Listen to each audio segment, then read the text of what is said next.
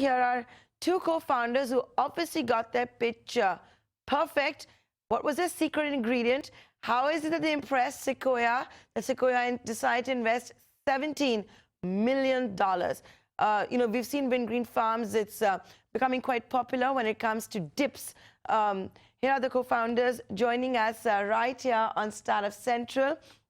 Anju as well as Arjun joining us. Thanks, guys. Who's the boss, first of all, between the two of you? It's clearly her. There's no doubt about that, right? So who pitched? Yeah. Who was the better one at pitching when it came to getting Sequoia to part with $17 million? Yeah, so Arjun has the credentials to do that. I do all the hard work. Okay. Okay, so now let's talk a little bit about the Wingreens Farms story. So now I know about Wingreens because, I don't know, I think you guys started from Gurgaon. I live in Gurgaon. So, I've been part of the growth story in the sense that when we would go to department stores, literally we would have people on tray telling you to try the hummus and the garlic dip and things like that. But, we're on national TV. So let's talk about your pan-India story. Tell us how Wingreens started out, how you're ramping up, what the future plans are. You both decide who wants to come in on this one. Okay. So Wingreens started as a farming venture and a social enterprise. The idea was formed to actually challenge some of the deadlocks that have dogged Indian society for a very, very long time. And the biggest problem in the industrial sector we found was the agriculture industry. So in a very small way, I figured that the problems with the agricultural sector were that the farmers did not have a predictable income. There was too much risk and they had no business acumen and no sense of how to change what their cropping patterns or what they were growing, and therefore turn their land into something more lucrative for them. So we thought of a model in which we could actually solve the problems for the farmers. The first would be to give them a predictable income. We could rent their land and also hire them to work on their own farms so that they would get a wage as well. And this would give them a pretty decent income per month.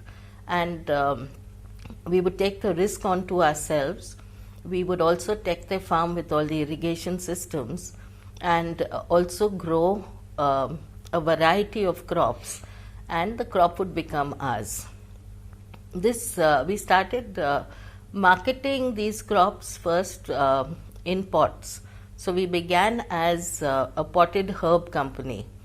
But then as time went on, we realized that we had a lot of herbs on the farm, and potted herbs could go only so far, and they would not last that long in homes. So we decided to start processing the herbs. For this, we, being a social enterprise, decided to address the next problem we found, which was the women, the oppression of women. So we decided to work only with women who had never worked before, women who were in ghungats.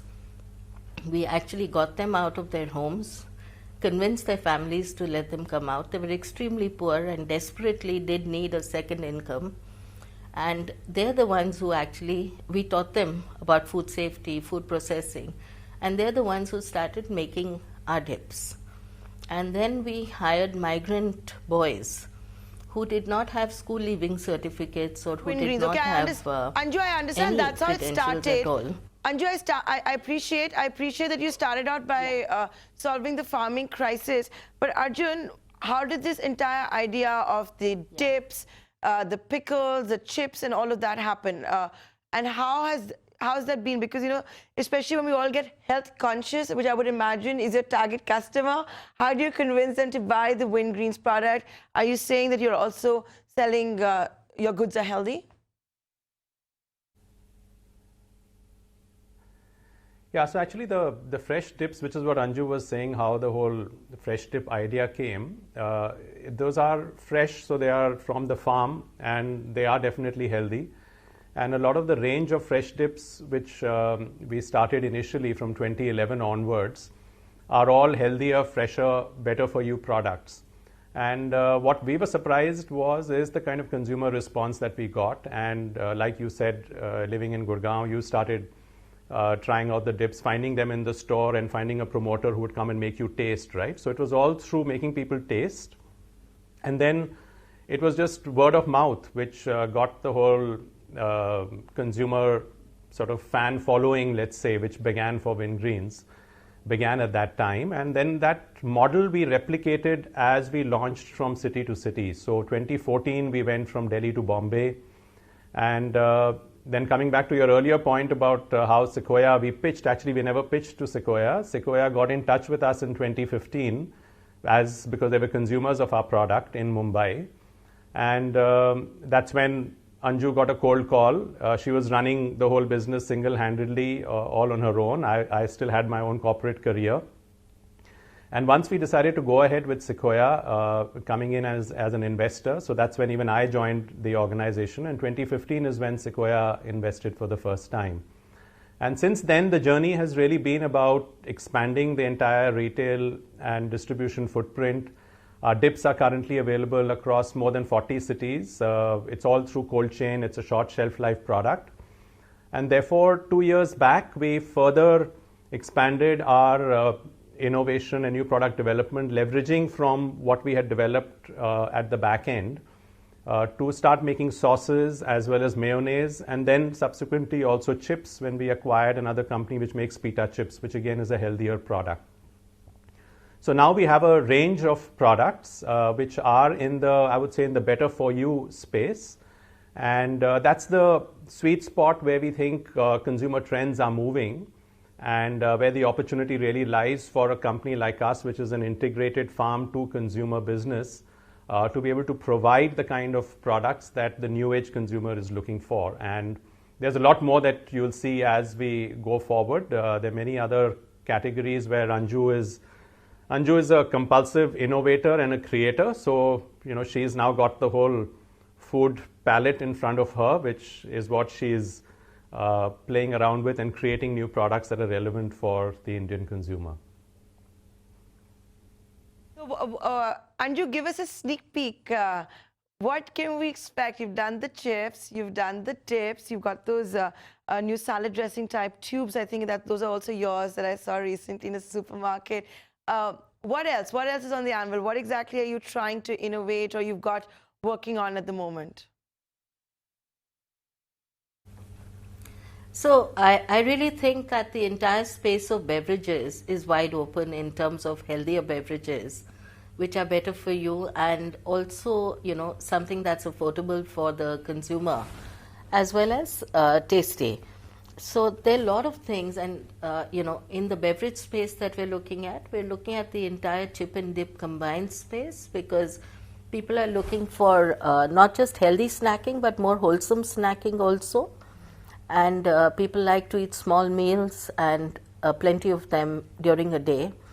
We're also looking at, creating several products which have, we're experimenting a lot with substitutes for sugar, which are healthy and natural, and seeing how we can make sweet things also better for people. So there's a whole load of work actually going on, which we're working on. Even preserves, fruit preserves and stuff, which is without refined sugars and things. So it's really the fresher and better for you avatar of almost every single fun and interesting and convenient product that exists in the market. And we're looking for alternates to the very core of those products also. We're working on that. The way you both are saying good for you and healthy for you, I know you both have read a lot of Indra Nui and what PepsiCo has been up to, because those two phrases are something I think that Indra Nui has really championed when it comes to snacking. But Arjun, if I could come to you, is this what the new fundraise Series B, 125 crores, where Sequoia once again has participated, has been primarily for what Anju just talked about, whether it is to experiment with natural substitutes for sugar, the beverage category, all of that. Is that the intent behind the fundraise? Yeah, actually, so this fundraise, we've got a second investor on board. That's Responsibility. And we are very happy to get them on board with Sequoia also participating in this round. Responsibility is a social impact investor as well. So they are equally committed to our model, which is a backward integrated model. So we do intend to also further expand our backward integration towards a greater outreach on the farming side, and also with the women employment part of it. So that's one part of the expansion that will happen. But equally so, where a lot of the funds do get used is in building the sales and distribution footprint. So we are currently in about 10,000 stores. A lot of them are modern trade, but also in general trade stores. And going forward in the next 1 year, we want to be in 100,000 stores. And so building that entire distribution footprint through multiple channels is what we are already actively engaged on. And as Anju mentioned, there's all these areas of new product development, right? So those will be some of the things that will also take up some of our funds. And we are also seeing a lot of traction from international markets. So we are looking at starting exports right from next month, and also looking at setting up a more of a strategic base out of Dubai, from where we are also likely to manufacture and then use that as a hub for supplying to other parts of the world. So interestingly enough, we've sort of launched the hummus category in India, and we intend to bring hummus back to the part of the world where hummus actually originated, which is the Middle East. And we found that there is a huge opportunity and a gap in that market because there is no organized packaged player of hummus making the product locally out of the Middle East. So there's enough and more to be done, and we will also look at some strategic opportunities and partnerships with other brands and companies to get into some of these peripheral areas where we are looking to innovate. We're going to see an Indian startup doing ghar wapsi of hummus in the Middle East. Before I let you both go, Arjun, can I put you in a spot there and ask you, what is your favorite Wingreens dip, favorite recipe of your wife? What is it that you like the most currently? And you can't say everything. Actually, my favorite product is Dil Tzatziki. No, I'm naming a very specific one, which is Dil Tzatziki, which is really a authentic hung curd dip, which is made with dill, which is grown on our farm, and it's freshly made with hung curd, and it's available across the board. Yeah, so that's my favorite. It's also super healthy. It's low calorie. And low calorie and works in multiple applications. So that's one of my favorites. High calcium, high protein, low calorie. And Anju, do you have a favorite?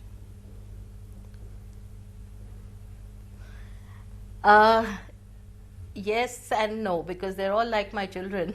So very hard to choose. Very, very hard to choose. But yeah, every product put out there is something that I have either created or approved and really meets every standard that I have set. So honestly, I love them all. Thanks. You guys have been saying healthy, healthy, healthy, but I will admit on national TV that while it might be very healthy, your garlic dip with good old potato chips, which is very unhealthy, is one deadly combination. And wishing you all the very best. Arjun and Anju, thank you so much for taking the time out, for joining us here on Startup Central. Wish you all the best, and look forward to getting you back on the show soon. Thanks, Nayantara. Pleasure. Next time, try the garlic dip with the pita chip. It works even better than the potato chip. Yeah, pita chip makes it healthy. Which we make. I will try to do that. I will try to do that. That's increasing baked, sales not right fried. here on Startup Central.